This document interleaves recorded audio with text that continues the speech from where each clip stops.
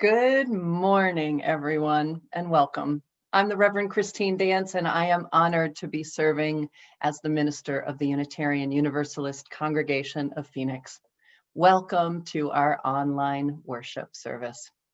In this time when we are physically distant, we believe it is an act of love to worship online and be together in this way.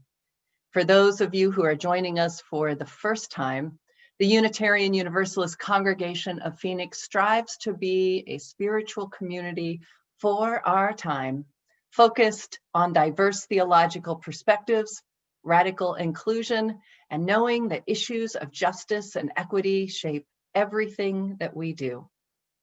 With a special awareness for those who have been historically marginalized, we welcome all of every race, class, ethnicity, immigration status, sexual orientation, gender identity, religious background, mental and physical ability and disability. We welcome you, your whole self, your family into our worship as we build a community of caring and courage and hope. You just saw our guest artist this morning, Phoenix keyboardist and songwriter Greg Diarra.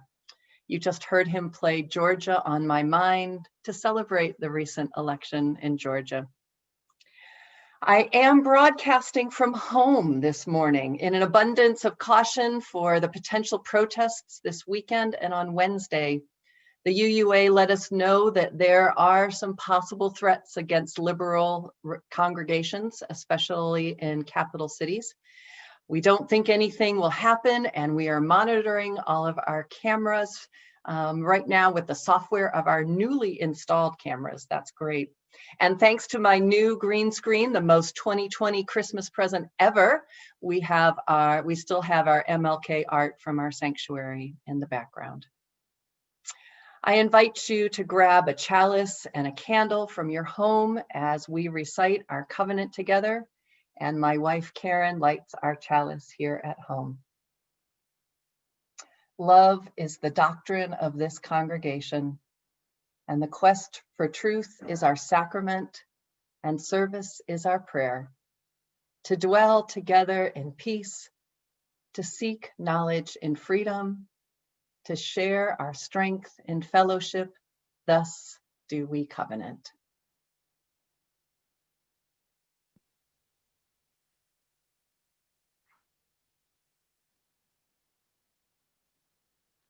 Good morning. I'm Amy McClendon, your worship associate this morning. Welcome.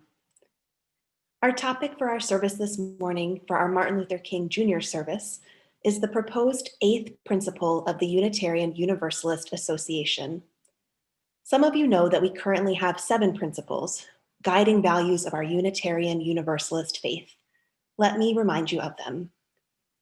We, the member congregations of the Unitarian Universalist Association, covenant to affirm and promote 1. The inherent worth and dignity of every person. 2. Justice, equity, and compassion in human relations. 3. Acceptance of one another and encouragement to spiritual growth in our congregations. 4. A free and responsible search for truth and meaning. 5. The right of conscience and the use of the democratic process within our congregations and in society at large. 6. The goal of world community with peace, liberty, and justice for all. And 7. Respect for the interdependent web of all existence of which we are a part. There are many that are proposing that we add an 8th principle to show our commitment to anti-racist and anti-oppression work, both internally and externally. This is something that the denomination may eventually change, but it is something that many congregations are incorporating now, and we have the opportunity to do the same if we choose. The wording for the proposed 8th principle may change, but here is the current language. 8, journeying towards spiritual wholeness by working to build a diverse, multicultural, beloved community by our actions that accountably dismantle racism and other oppressions in ourselves and in our institutions. All right, and now I'm going to introduce our worship team as their videos start to pop up on your screens. You've already met our minister, Reverend Christine Dance. We have our Director of Children's Ministries, Katie Resendez. Our Zoom operator today is Cristobal Varela, assisted by Glenn Lockwood. And our chat chaplain today is Vince Waldron. We also have board members who are joining us via video. And again, we're so pleased to welcome our musician, Greg Diarra. And our chat is open. You can chat with everyone or just our panelists. Our service is being automatically captioned. So if you're joining us on a phone or a tablet, you may already be seeing those captions. If you're on a computer and want to see them, you'll just need to click the live transcript button at the bottom of your screen and then choose Show Subtitle. As always, we invite you to check into UUCP on social media with the hashtag UUAnywhere. And now I have a few announcements about the life of our community. All of these announcements can be found on our weekly online newsletter, Compass, and you can sign up for Compass on our website, phoenixuu.org. On January 31st, we're having a service that recognizes the individual and collective grief that our country has experienced as a result of COVID-19. We know that there are big griefs that you have, but we'd also like to hear about the small ones and the complicated ones, like not being able to go shopping, not seeing your grandkids, and not being able to take that trip you had hoped to take. You can share your griefs on the form in Compass, and it will also be linked in the chat. UU Jazz's Day at the Legislature will be virtual this year, and that is on Monday, February 15th. As a reminder, registration ends tomorrow. Also, we're preparing for another run of supplies and donations to the Navajo Nation in early February. The need is still great. COVID is still raging there, and the snow has arrived. Our community's response to this has been nothing short of miraculous this year. Thank you so much for your involvement. And very importantly, please do mark your calendars for January 30th at 7 p.m. This is our annual fundraiser. And instead of an auction, we are holding a storytelling event this year. Adventure Tales is a radically inclusive evening of storytelling. We have already received tons of great stories from our community members. We'll have music, engaging MCs, and some really moving and interesting tales. Please do join us for an evening that we'll be talking about for years to come. We are collecting our offering virtually this morning, just like our service. Here at UUCP, we believe in a theologically diverse, radically inclusive, and justice-centered congregation. The power and promise of Unitarian Universalism is waking up to meet fear and hate with radical imagination, transformative partnership, resilience, and joy.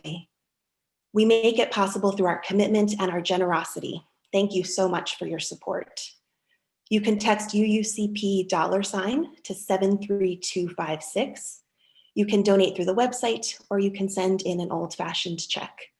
For all that you do and all that you give to our community and our congregation, we are so very grateful.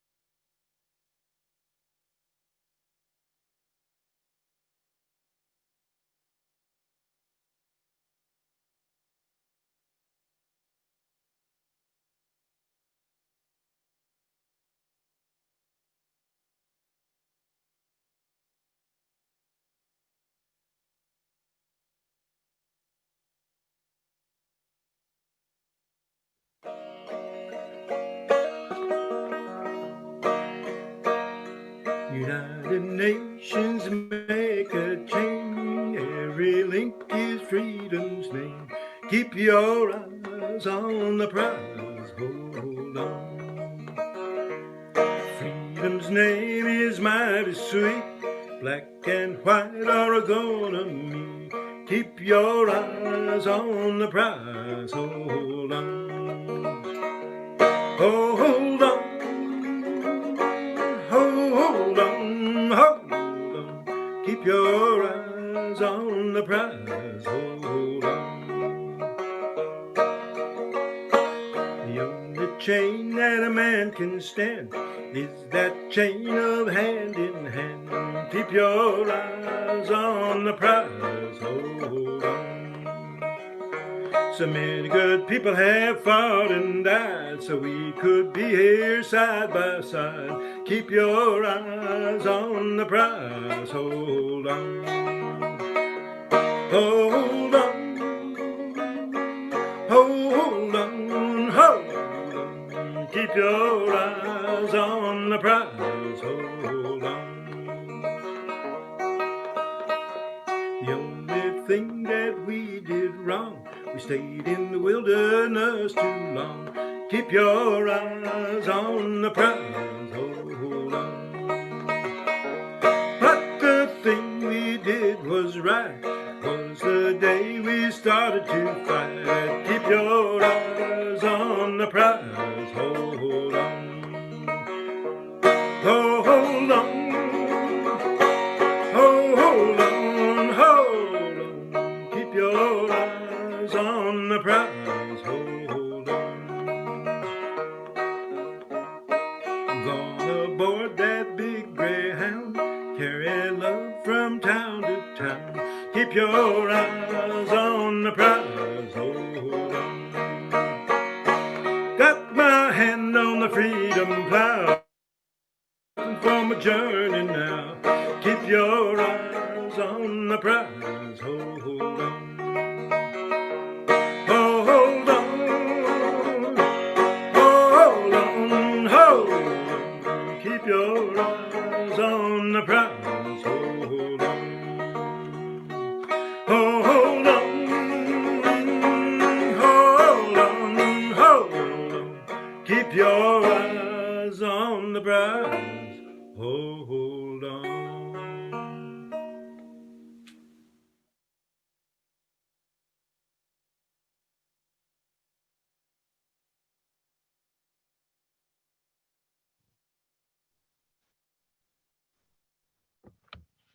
Hi, my name is Katie Resendez de Perez, and I'm the Director of Children's Ministry here at UUC Phoenix. So, in January, we talk about media literacy. In January of 2021, we're going to talk a lot about it. Pretty much every Sunday, I'm going to mention something about it. Today, I want to think a little bit about, for you data folks, encoding, for the dreamers, storytelling, and just message sending. Because for anything we create, if it's a story, writing a letter, a song that you hear on the radio, a television show, a movie, anything, there's the stuff that was in the creator's head, right? Their intentions, their ideas, what they wanted to convey, but also everything that's happened to them in their lives that made them want to convey it in this way. And then there's the thing they create, the song, whatever it might be, the story. And then there's the interpretation of the person who receives it. So there's sending, the thing that's sent, and the receiving. And the receiving can be affected by a million things, everything from the history in that person's life to if the chair they're sitting in is comfortable. And so all of the places there are potentials for sometimes miscommunication, but different interpretations definitely, and different textures and meanings to work into that piece. So some of you may love a certain song, and some of you, every time you hear it, might know that you're being rickrolled. And that interpretation comes from the experiences around. So today, I'm going to tell you the exact same story, but I'm going to tell it to you twice. Okay? So, once there was a town called Drapton, and Drapton was amazing. it was amazing because all of the buildings in town were made of glass. It was phenomenal. And they weren't weak glass that broke all the time and was super fragile. It was that strong, tempered glass, like your favorite Pyrex dish, but even more so. And it was amazing. And yes, it meant life was different. The houses sparkled in a different way. People were more transparent. Things were different, but it was lovely. And on a sunny, gorgeous day, wow, just amazing. And even when the rain came down and it was cloudy, and you could lay in your bed and look up and see the raindrops splashing down over the roof and running in rivulets, it was a totally different experience to live in Drayton. And the houses and the buildings had been made of glass for so long that people were used to it, and it was comfortable, and it was wonderful. And it's not that they thought that other towns were bad, or that other towns, well, okay, let's be honest, they did think that other towns didn't have it quite right. But there was some bumpy stuff in Drayton too. Things like the kids didn't always know that the buildings were made of glass. They didn't always know the name of the stuff on the walls. They just knew that bathrooms always have blinds installed on all 4 walls. They just knew that it wasn't okay to drop big rocks on the living room floor, and that all furniture should have felt pads. But they didn't know what the name of that material was. And as they would get older, they would learn it and they'd figure it out, or they'd figure out the right questions to ask.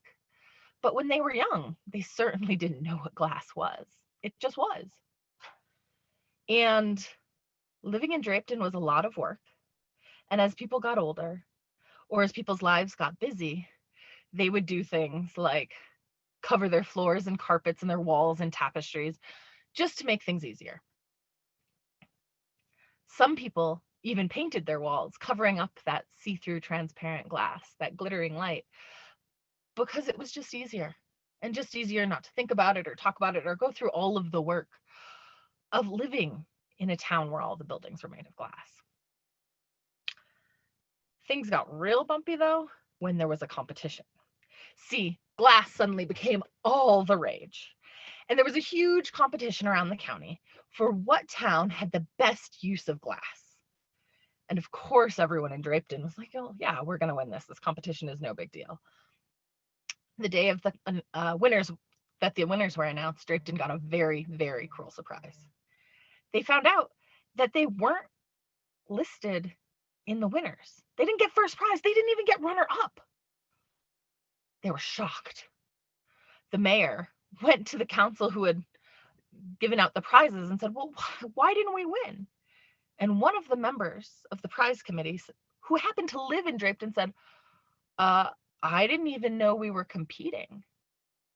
I didn't even know glass was really a thing for us. The mayor was so taken aback. What do you mean it's not a thing for us? We're called Drayton, right? And everyone on the contest committee was like, what does the name Drayton have to do with glass? I mean, I guess, yeah, I think you have some glass buildings, but I didn't know it was really a thing for you. And the mayor sighed and looked at them and said, Drayton, drapes hang on windows. Windows are made of glass. Obviously, we're really into glass. Yeah, well, it wasn't so obvious. Okay, let's retell the same story. Once, there was a faith community called Unitarian Universalism, and it was amazing. There were all of these wonderful values and principles and fights against oppression that people in the community held on to dearly, and it permeated everything in their lives, so much so that the kids didn't really know the word for oppression. They just knew that you're nice to everyone. They just knew that when things treated people unfairly, you should fight against them for the sake of justice. And as people got older and their lives got busier, sometimes they did things to make it more comfortable. Not use words like white supremacy because it would make other people angry. Forgive people too much, too often without speaking up when comments were racist. line the floors and the rooms with pictures that made it seem like the oppression had ended without doing the work of it. And then suddenly, this idea of white supremacy and the reality of the abuse of Black lives and people of color became crashing in to this faith community. And there was a year, 2020, where it was terrible and in everyone's face. And that faith community said, oh, but we've been doing this work. We've been doing it all along. And then they sort of looked at each other, and other communities looked at them and said, really? I mean, I guess I knew you talk about it sometime, and you have that banner hanging out about Black lives, but I didn't know it was like a thing for you. Because sometimes you just got to say it. Drapton needed to put on their tourism flyers, this town is made of glass. And Unitarian Universalists need not to do that extrapolated thinking of, well, our name is Unitarian Universalism, and so there's unity in it, and there's that all people are universally saved, and da-da-da-da-da. Instead, we just need to say it. We just need to say, it's not that we just love everyone. It's not just that we think all people are equal. It's that we know in our hearts and souls and everything we do every day that fighting against white supremacy is core to our faith. We will fight the oppression of all races. We will stand with our BIPOC siblings and our community members, and we will say loud and clear that our faith community holds white supremacy to be foul and wrong and worth fighting against. And we're going to say it out in our principles. Have a wonderful, wonderful day. I hope that all of you know how powerful you are and how powerful you can be with your words. You are very, very loved. And now we have a video. And I have to admit, my script closed, so I can't tell you the intro to the video, but I'll put it in the chat for you, okay? Have a wonderful week.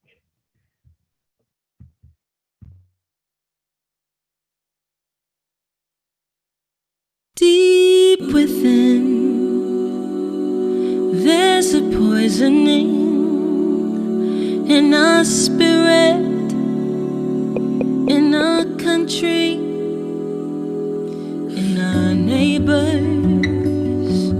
When they see us, are we here? Do we matter?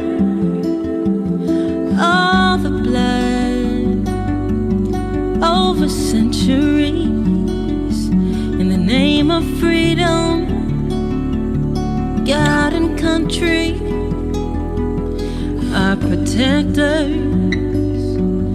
When they see us, are we here? Do we matter? I ask this on the daily. I ask this for my baby, still out there in the maybe. We wanna breathe again. I ask this to our families, our mothers and our daddies, still out behaving badly. We wanna breathe again. To our friends, shook and shattered, scared to speak up against the patterns, oh so clear. When you see us, are we here? Do we matter? I ask this on the daily. I ask this for my baby, still out there in the maybe. Yes, we wanna breathe again. I ask this to our families, our mothers and our daddies, still out behaving badly. We wanna breathe again. We wanna breathe again. Yeah, we wanna breathe again.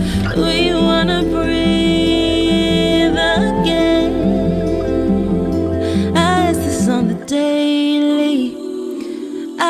for my babies still out there in the making. We wanna breathe again. I ask this to our families, our mothers and our daddies still out behaving badly. We wanna breathe again.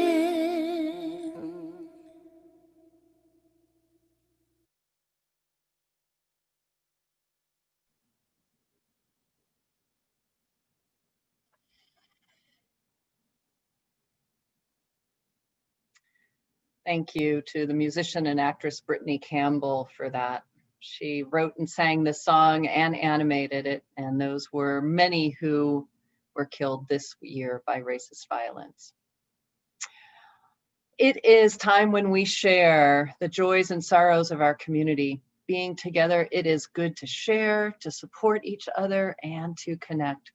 You can write your joys and sorrows, what you want the community to know. Please put your name at the beginning of it so I know who it is.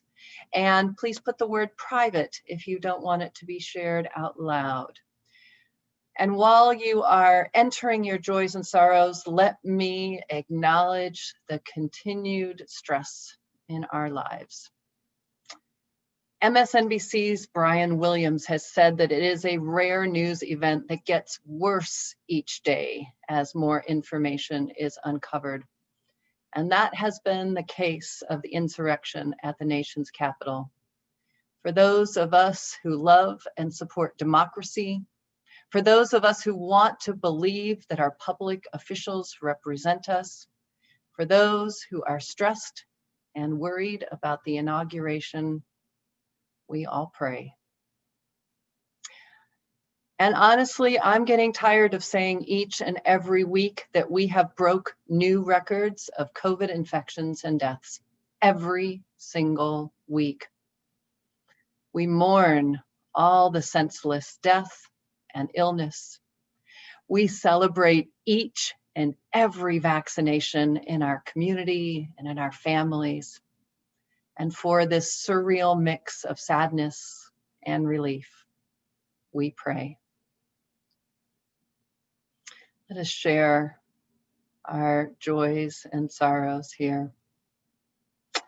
From Eric Arellano, my electric bike arrived this weekend. I'm carless and now I can comfortably bike to UUCP once we reopen physically. How awesome. Bill Kessler says, Linda and I got our first COVID shot this week. Yes, see, we celebrate every single one.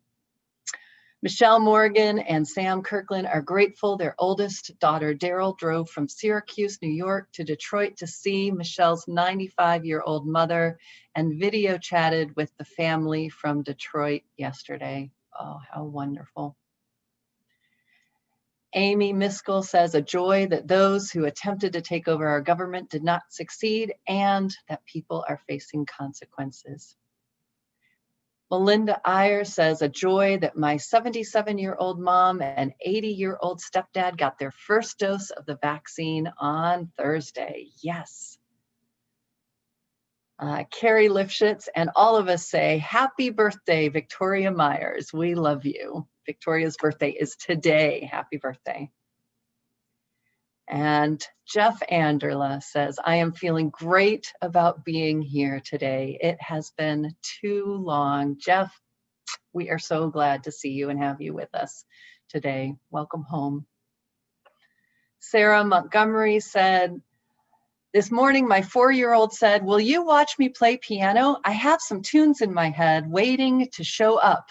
Follow me to the music room. Such joy. How wonderful.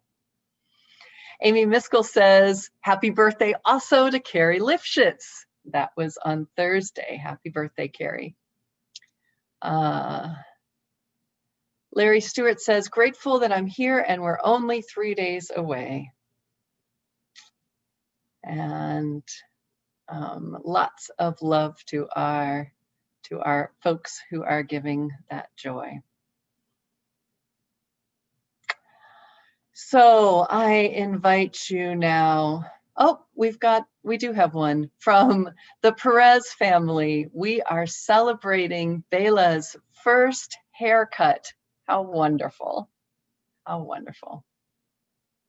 And another one, Donna Featherston says, a joy that our son Reed got a job as a gardener in the Japanese Friendship Garden, allowing him to work in an area he's passionate about. How cool. And Kim St. Clair says, a joy that Santa and Hannah Montgomery are amazing cookie fairies who dropped off amazing, yummy cookies to my house. And oh, from the Perez family, Nigel sends a sorrow that the police are still killing Black people. Amen to that, Nigel. So I invite you, oh goodness, you guys, they're still coming. Okay, I'm gonna have to cut it off after this one. A joy from Allison Kennedy. I was offered a joy in Prim, Nevada. Congratulations, Allison. I invite you into the spirit of meditation and prayer. I invite you to center yourself and to take a deep breath. For our prayer this morning, Amy is going to read you a considerably shortened but still long version of Reverend Dr. Martin Luther King's letter from a Birmingham jail. This was a letter that Dr. King wrote to his fellow clergy people, white ministers mostly, while he was in jail in April of 1963. So here's what I'd like you to do in this meditation. I want you to imagine that he is writing right now, today, and he's writing it to all of his fellow religious folks, including us. And while some of his original language, like Negro and brotherhood, isn't what we'd use today, I want you to imagine that he is saying it to you today. And may you see it as a charge that is sadly just as relevant. My dear fellow clergymen, injustice anywhere is a threat to justice everywhere. We are caught in an inescapable network of mutuality, tied in a single garment of destiny. Whatever affects one of us directly affects all of us indirectly. Never again can we afford to live with the narrow, provincial, outsider, agitator idea. Anyone who lives inside the United States can never be considered an outsider anywhere within its bounds. We know through painful experience that freedom is never voluntarily given by the oppressor. It must be demanded by the oppressed. Frankly, I have yet to engage in a direct action campaign that was well-timed in the view of those who have not suffered unduly from the disease of segregation.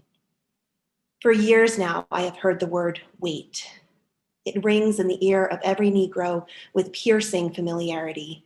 This wait has almost always meant never. We must come to see with one of our distinguished jurists that justice too long delayed is justice denied. I must make two honest confessions to you, my Christian and Jewish brothers. First, I must confess that over the past few years, I have been gravely disappointed with the white moderate.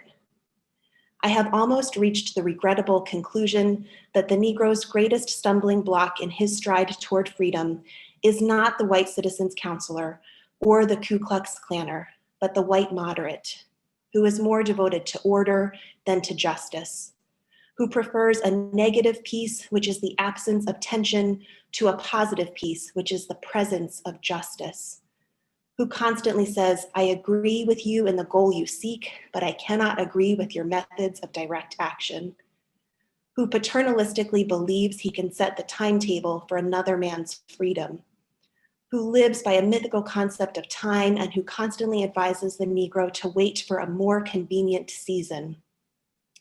Shallow understanding from people of goodwill is more frustrating than absolute misunderstanding from people of ill will. Lukewarm acceptance is much more bewildering than outright rejection.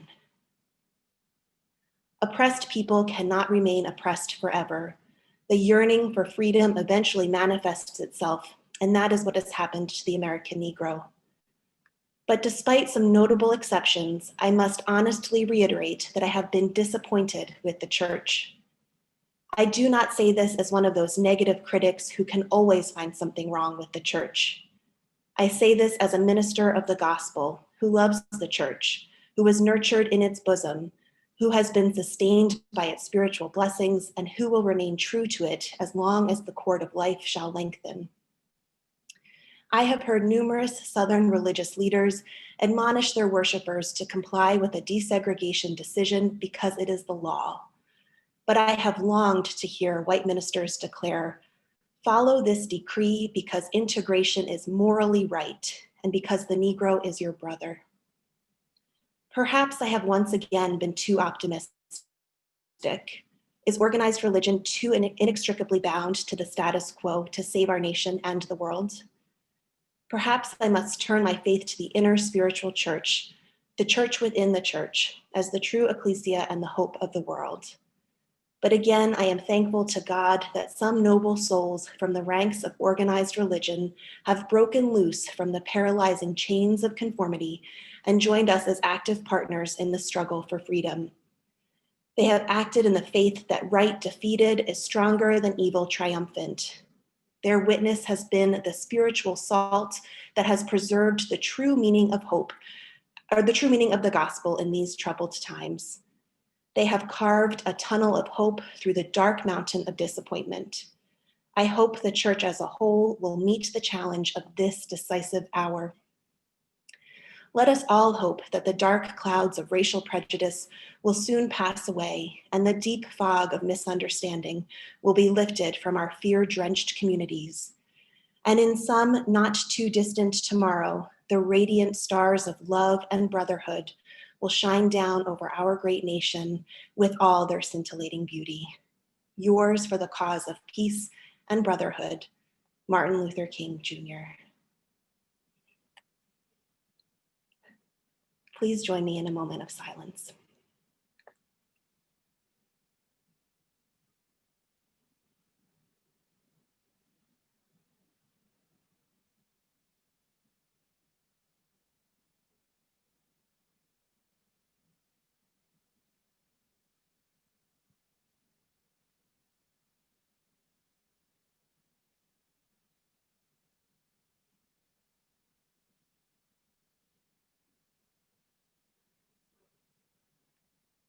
Amen.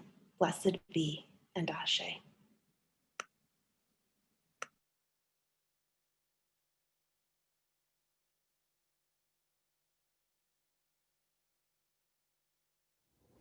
Think of your fellow man, give him a helping hand. Put a little love in your heart. You see it's getting late. Oh, please don't hesitate. Put a little love in your heart. And the world will be a better place. And the world will be a better place for you and me. You just wait and see. Another day goes by and still the children cry. Put a little love in your heart.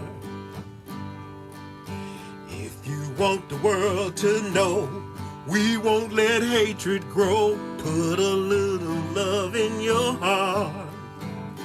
And the world will be a better place. And the world will be a better place for you and me. You just wait and see.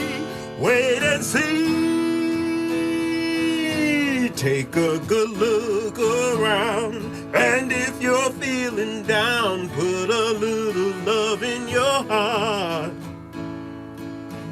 I hope when you decide, Kindness will be your guide. Put a little love in your heart. And the world will be a better place. And the world will be a better place for you. For you And for me. For me. You just wait. Just wait And see. Put a little love in your heart. Each and every day. Put a little love in your heart. There is no other way. Put a little love in your heart. I hear the people say. Put a little love in your heart. It's really up to you. Put a little love in your heart.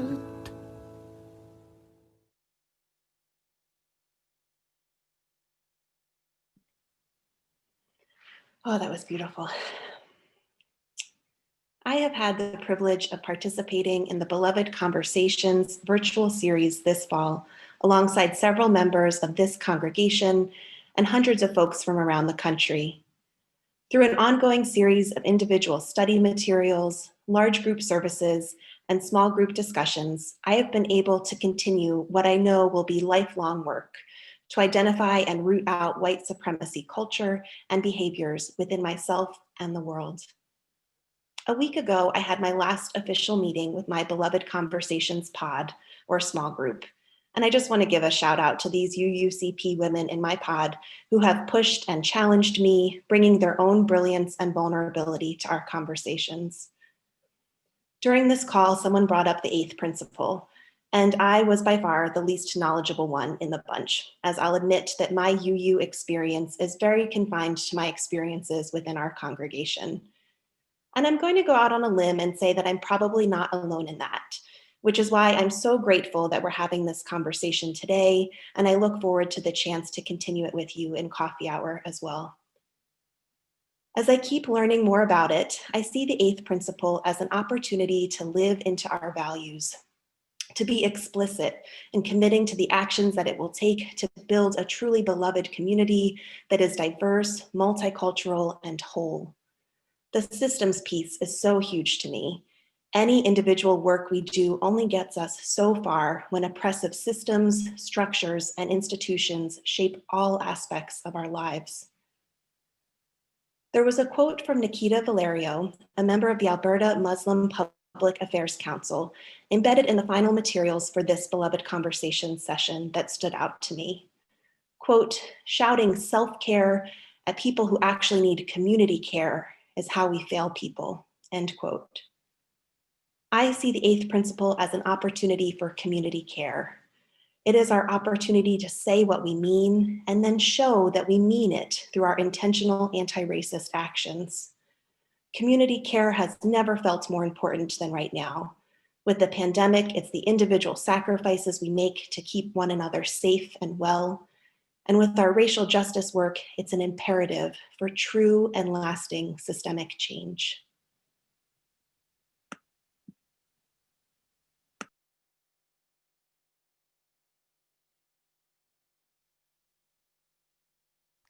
Hello, UUCP members and friends. I'm Kim St. Clair, the Secretary of the UUCP Board of Trustees, and I wanted to tell you a little bit about what the board has been up to this year. The board meets twice a month. Our official board meeting is on the 4th Tuesday of the month, and this is where we discuss and vote on important congregational business.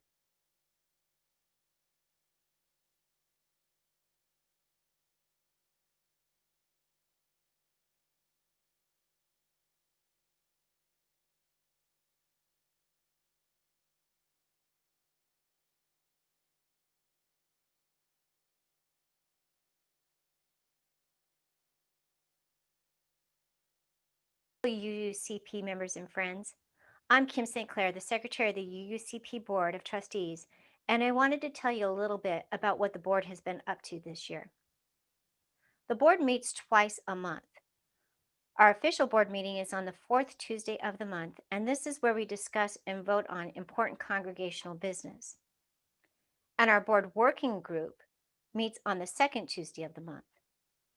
The BWG, as we call it, because of course we're UUs and we love our acronyms, is our time to do the research and the work to delve deeper into the issues that affect our congregation in the longer term and to look at ways to more fully live into our mission and vision. This year, the board has been exploring the book Widening the Circle of Concern as part of our monthly BWG sessions and discussing how the message in this book can help us as a congregation to better live into our mission and vision. Widening the Circle is the UUA's Commission on Institutional Changes report, which took a hard look at the culture of the UUA and its congregations around race in the wake of a denominational event in 2019. This event made apparent that despite our best intentions, the existence of unconscious bias and systemic racism stubbornly remain in UUism. It lays bare the many ways we have failed to be radically inclusive to our non-white, LGBTQ, and otherwise marginalized brethren within our faith movement and congregations. It describes and gives examples of how people of color and others who are targeted and endangered in our society come to our congregation seeking solace. However, all too often I find that while our intentions are good, many of our communities cause harm, confusion, and pain. We can and must do better, and the report offers specific action-oriented recommendations, including grounding our justice work in a theology of love. And here's a great big shout out to Jenny Jones for organizing our BWG book study sessions.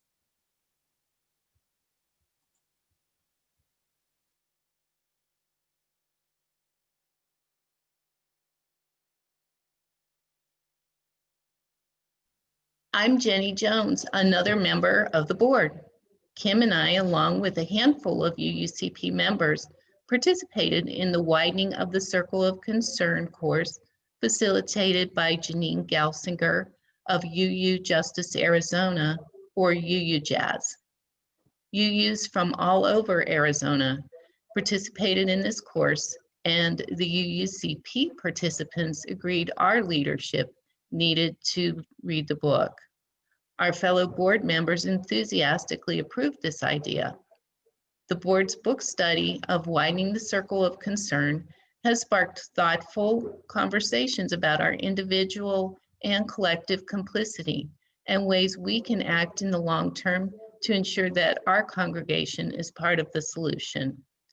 We have a beautiful vision to be a spiritual community for our time, theologically diverse, radically inclusive, justice-centered. But this vision doesn't just happen because we will it to be so. It requires hard work on the part of everyone, especially our white, cisgendered, heterosexual majority. It requires us to be mindful of the perspectives of those that we espouse to embrace by hearing, not just listening, by seeing, not just looking, by truly taking the time to have the uncomfortable conversations that can lead to understanding and healing, and ultimately to make us as individuals and UUCP stronger and more resilient. As a board, we know that our congregation is up to the task and will take it on eagerly. As a matter of fact, many of you have already started the process by participating in the Beloved Conversations workshop conducted by the UUA last fall. We should all be proud that UUCP and Arizona as a whole had a very high rate of participation.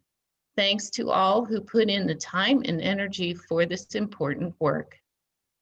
If you weren't able to participate in the fall sessions, there are 2 more opportunities coming up in the next few months to hone our skills as allies.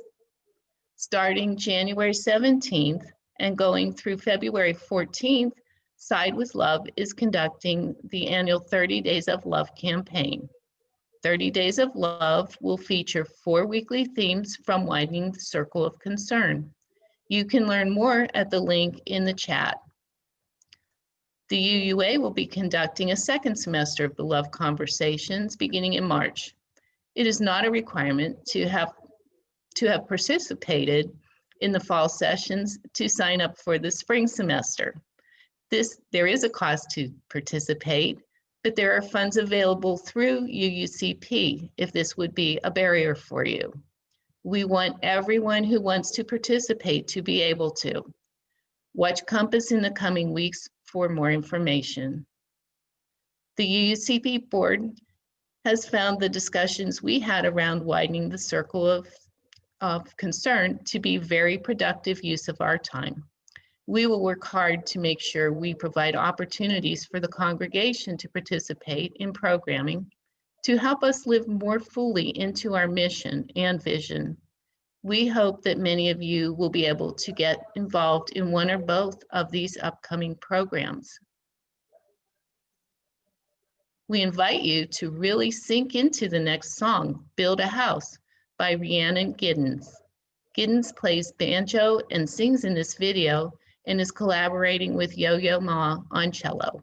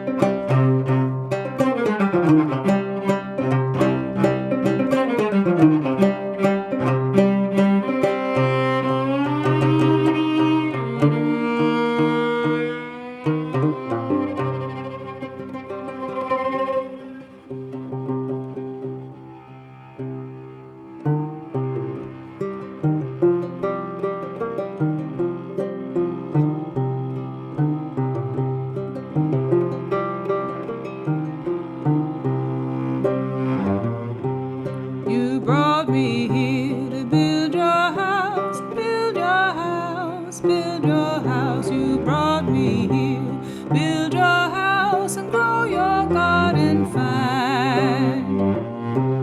I laid the brick and built your house, built your house, built your house. I laid the brick and built your house, raised the plants so high.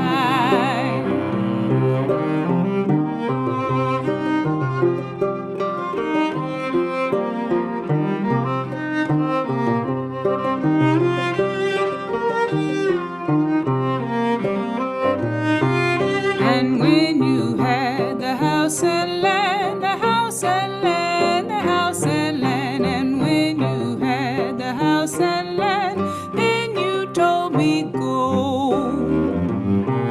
I found a place to build my house, build my house, build my house. I found a place, build my house, since I couldn't go back home. You said I couldn't build a house, build a house, build a house. You said I couldn't build a house, so you burnt it down.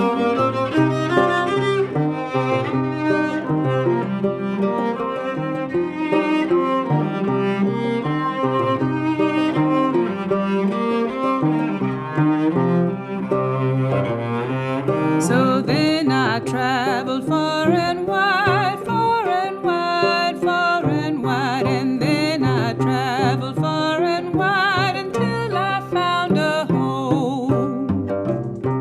I learned your words and wrote a song, wrote a song, wrote a song. I learned your words and wrote a song to put my story down.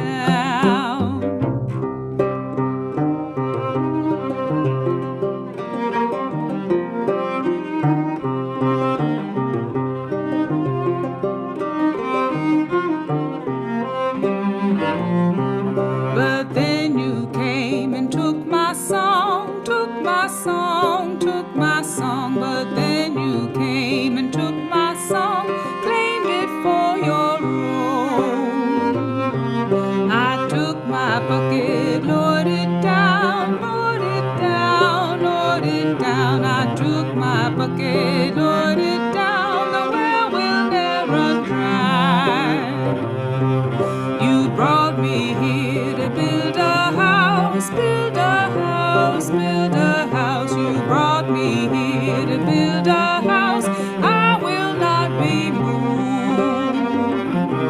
No, I will not be moved.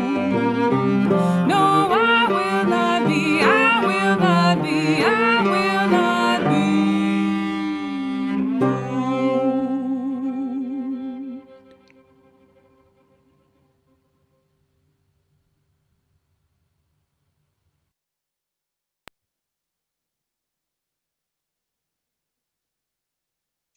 We're so fortunate to have such a gorgeous range of music.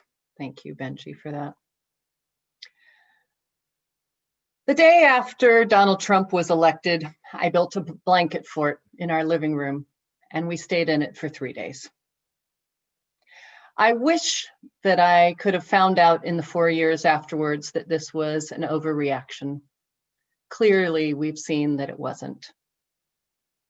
I told you this story on the second sermon that I preached as your newly called minister, and I've heard several of you refer back to it metaphorically as we've thought of our respective blanket forts. And I think that many of us can relate to the blanket fort story. But what is really important, I think, is what we all did when we came out of our blanket forts. I saw a lot of lamenting on social media. We did a lot of reading of all the articles, watched the news, shook our heads, wondered how this could happen. But what did we do? Personally, I'm most inspired by the people who decided that they needed to educate themselves more about race, anti-racism, anti-oppression, and white supremacy culture. In this unique time in our history, I think it's important that we turn back to Dr. King's words about his disappointment about white moderates. I think we all need to look at ourselves and ask if we're doing all that we can to dismantle an oppressive system. Now, I'm going to give 2 caveats that I often talk about when I discuss race. First, I'm going to be using the term white supremacy and white supremacy culture. Those are still loaded words for many. Yes, it includes the fringe and the people who believe that white people are supreme. We saw plenty of them. We saw it 10 days ago, and we have to be reminded over and over again that it is still alive. It should always be condemned by all leaders in the strongest language possible. But white supremacy is not just a term for the fringes. It is a thinking that has embedded our culture and thinking that white is the norm, that white history is the basis of our history and white ways of doing things are considered foundational. It's the naming of the water that we're swimming in. My second caveat is that I think statements by leaders are important. I think that when it's safe, marches and rallies are important. I even think statements on social media are important. But I think the most important thing that we can do is to do our own work. For those of us who are white, that means putting things intentionally in our lives so that we don't fall back into a sense of complacency. Last week, I talked to you about the challenge to not be periodically outraged. I encourage you to all do the reading, the podcasts, follow Black writers, engage in discussions so that you can have a low level of outrage and awareness all the time while caring for your own soul and mental health, of course. As Unitarian Universalists, as you've heard, we do have some unique opportunities to do this right now. As a denomination, we are taking this call to be anti-racist, and anti-oppressive very seriously. As you heard, the next class of Beloved Conversations is coming. If you took the fall class, the spring class will have new content. If you didn't, don't worry, you'll step right in. It is not there to educate about history. It's there to have you think differently about race, how you experience the world, and how race shapes you.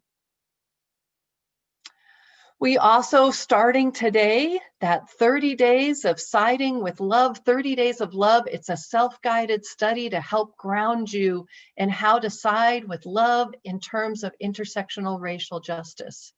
It's multicultural, and multi-audience generational. There's things for kids and adults, and it came right out of the Commission of Institutional Change as its focus for 2021.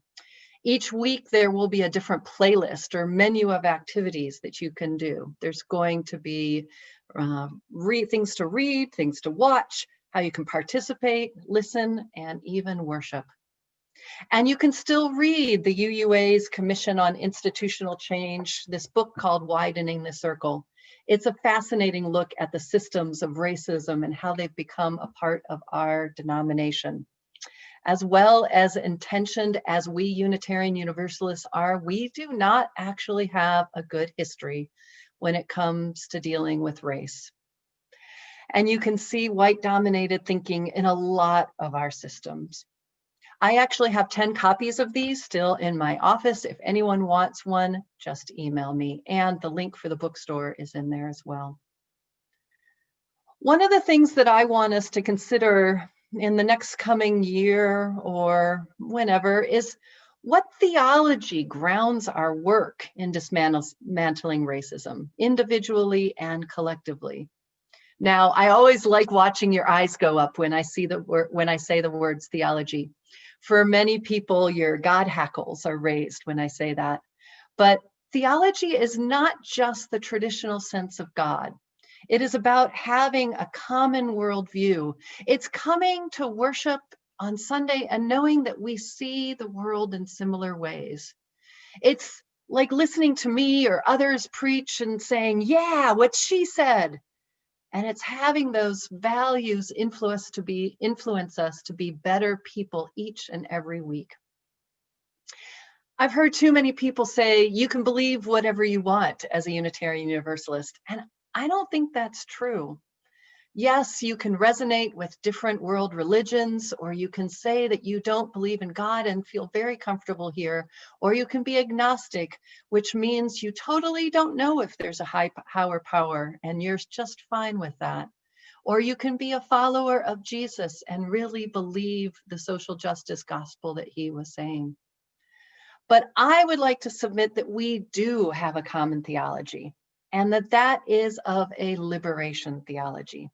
Especially in this congregation, we come here with a mindset that none of us is free until all of us are free. And if we deify anyone, it is those who have stood on the side of the oppressed to seek their liberation. This collective liberation can be seen through the acts of Jesus, of Gandhi, and of Dr. King. But it can also be seen in the actions of Stacey Abrams, or in our partners here in Phoenix at Trans Queer Pueblo, who are working to show folks how the Pride Parade has become commercialized and not hospitable to our Black and brown queer siblings. It can be in our partners at Puente and Poder, who have never stopped working for the rights of our immigrant siblings in our detention centers through all of this. But it is more than that. Reverend Sharon Welch notes that from an ethical perspective, we are called to liberate ourselves from bias, and that a theology of liberation frees us from not seeing bias or privileged systems. It's not just freeing others, it is freeing ourselves. Now, I could preach on liberation theology for hours, and beware, I may just do that in the future. So let's look at our common theology another way. Right now, our Unitarian Universalist common worldview comes primarily through our 7 principles. While we don't have a specific creed or statement of belief that we all agree upon, we have these 7 principles that we agree unify us. And that's a thin line, because I believe that our principles are mightily close to a creed or a statement of belief. But they are not a statement about God or what elements we must believe in to be in this faith tradition.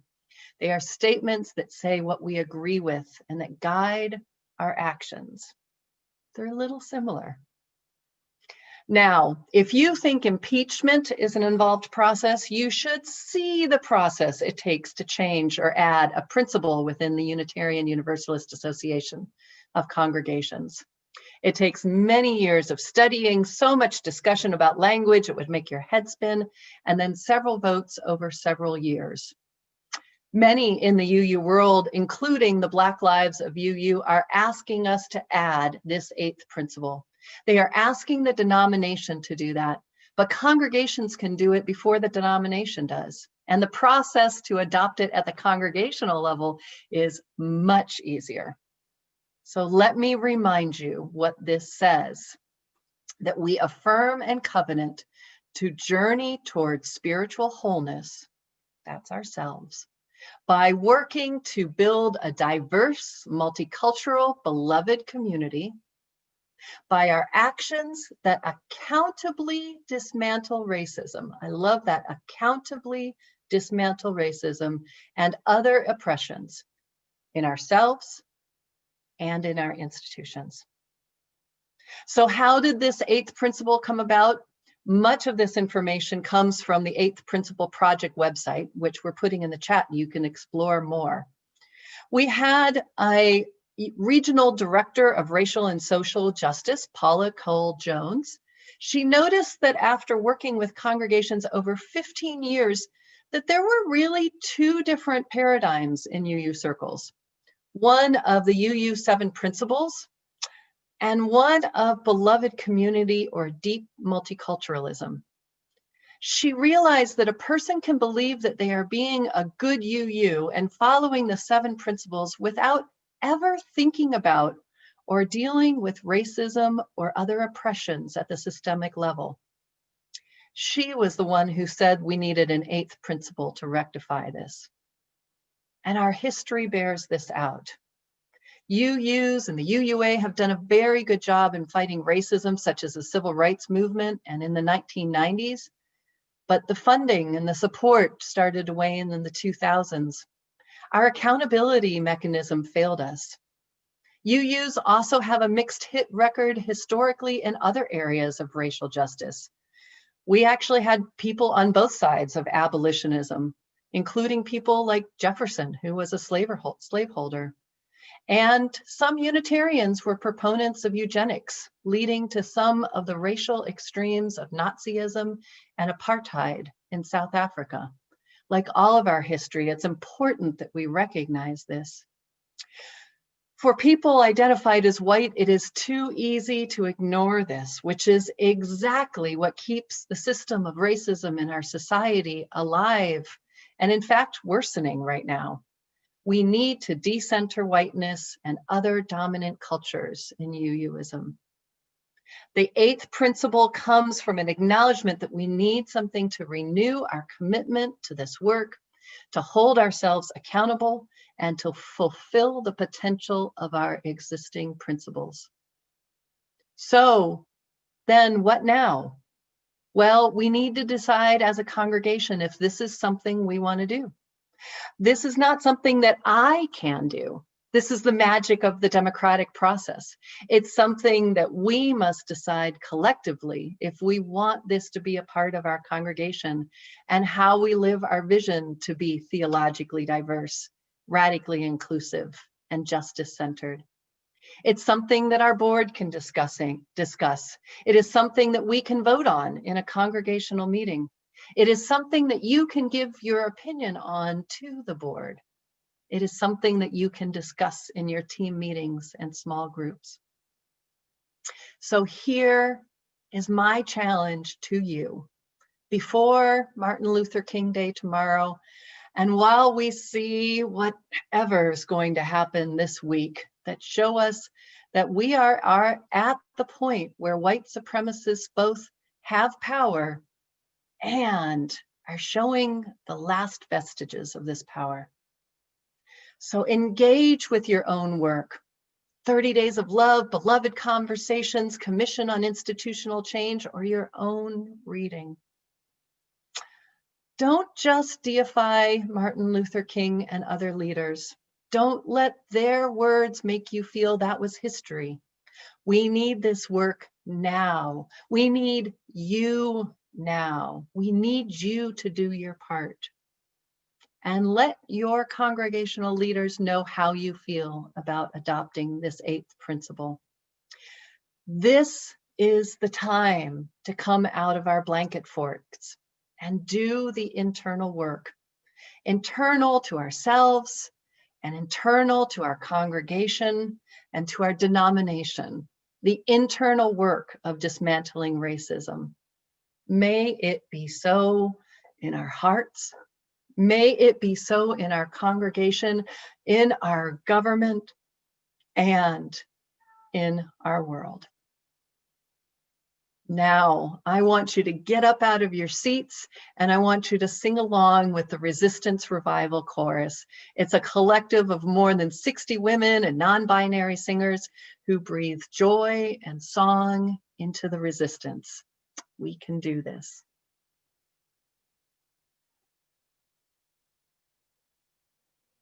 This joy that I have, the world didn't give it to me. Oh, this joy that I have, the world didn't give it to me. Don't you know that this joy that I have, the world didn't give it to me. Oh, I said the world didn't give it, the world can't take it away. Oh, this strength that I have, this strength that I have, this strength that I have. Oh, yeah, now. The world didn't give it to me. The world didn't give it to me. This strength that I have. Oh, yeah, the world didn't give it to me. The world didn't give it to me. This strength that I have. Oh, yeah, the world didn't give it to me.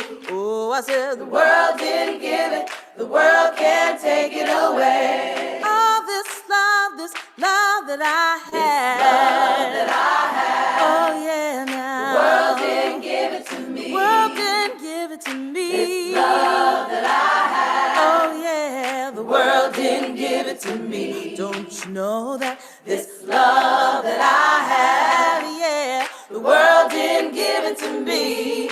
Singing, the world didn't give it, the world can't take it away. Oh, this pride that I have, this pride that I have, this pride that I have. Oh, yeah, now. The world didn't give it to me. The world didn't give it to me. This pride that I have. I said the world didn't give it to me. Don't you know that this pride that I have, yeah, the world didn't give it to me. Oh, I said the world didn't give it, the world can't take it away. All this peace that I have, oh, yeah. The world didn't give it to me. The world didn't give me my peace that I have. Oh, yeah, now. The world didn't give it to me. Won't you sing about peace? This peace that I have. Oh, yeah, now. The world didn't give it to me.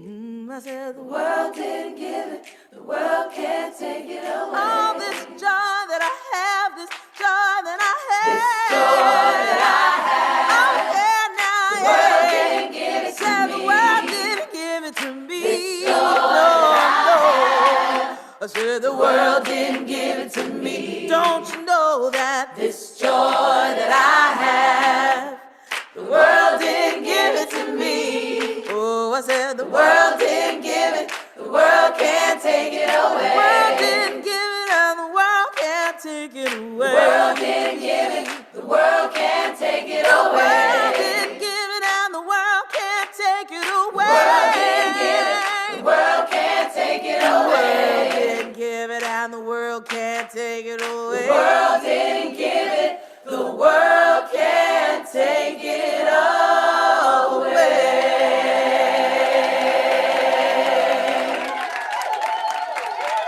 Resistance Revival Chorus believes in the words written by the poet Toy Derricott when she wrote, "Joy is an act of resistance."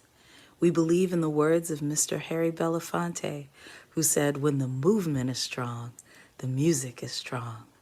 We sing to revive the hearts of those who fight for social justice, and we sing together for freedom.